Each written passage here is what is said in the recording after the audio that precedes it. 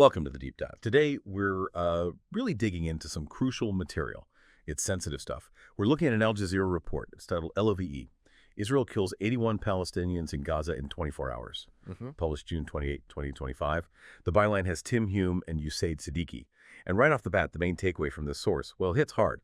It reports Israeli attacks across Gaza killed at least 81 Palestinians and injured 422 others, all within just 24 hours. But here's where it gets really interesting. This report came out just one day after U.S. President Donald Trump had said publicly that a ceasefire in Gaza might be reached within the next week. Right. And what's fascinating here, truly, is that immediate contrast. It's almost jarring. You've got this high-level statement suggesting, optimism, hope for a ceasefire soon, within the next week, as you said, and then boom, this report lands with these really sobering numbers from the ground. Significant casualties happening right then.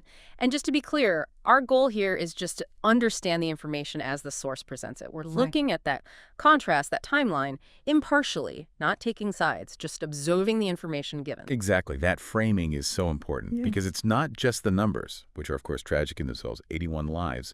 It's also about the timing, the editorial choice, maybe, to put these events right alongside that talk of a ceasefire. So, I mean, what does that tell you as someone trying to understand the news? When you see such a sharp difference between diplomatic talk and the reported ground situation? Well, yeah, that kind of framing, putting a statement like President Trump's right up against casualty figures, it really pushes you to think about the different sort of realities unfolding at the same time. Diplomatic statements often reflect goals, right? Aspirations, maybe strategic moves. They look forward. Okay. But a news report like this, especially detailing deaths and injuries from a conflict zone, that captures the immediate, the operational reality. Often it's brutal.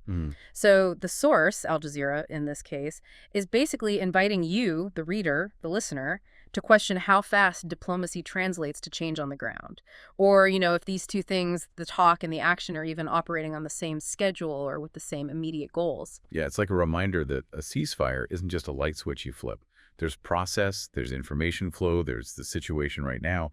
It really makes you consider how different sources or even different types of statements have different purposes. One reports what is happening, the other maybe projects what might happen or what someone wants to happen. Exactly. And it really brings up a crucial question for you listening to this. How do you navigate this? How do you process information when you get these different streams, especially when the reported facts on the ground, the hard numbers, seem to diverge so sharply from what's being said at a diplomatic level? It's a constant challenge, really, putting those layers together. That's a really powerful question to leave things on. A lot to think about there.